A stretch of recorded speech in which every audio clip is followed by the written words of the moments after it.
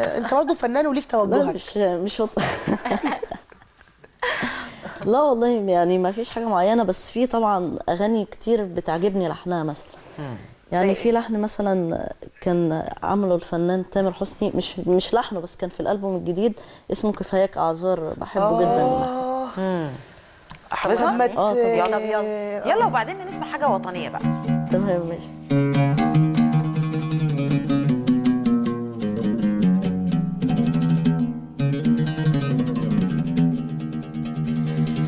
لو فعلا بتهمك راحتي زي ما بتقول،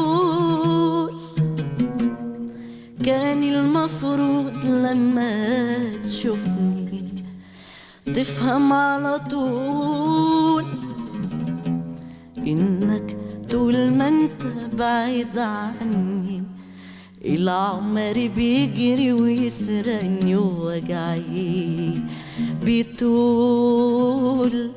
كفاياك أعذار والآخر مرة هقولها لك، كفاياك أعذار مش دايما حنسى وحصفالك عالوضع ده. لا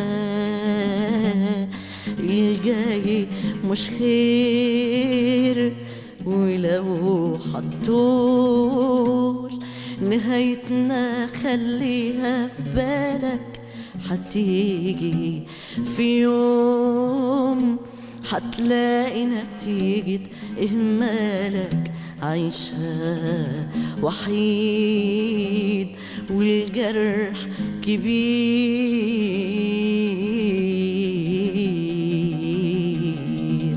دايما مشغول بحاجات غيري ولا ليا وجود، وسمعت انا ياما كلام منك وشبعت وعود، وده دايما طبعك وده حالك، حتى الإحساس بالنسبة لك حمل ومجهود.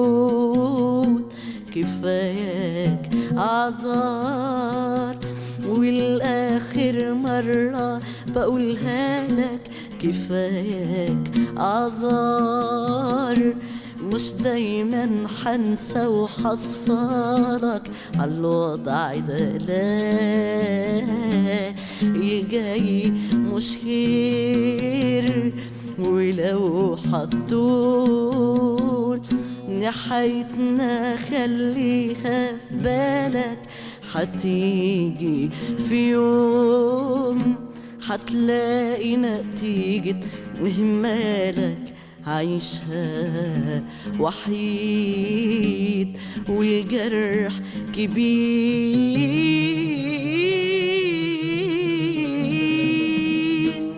يا سلام يا عيني اه يا رايق. انت غنيت. قولي، عايز تقولي ايه؟ لا كنت اقول على الندوه التثقيفيه. انا بس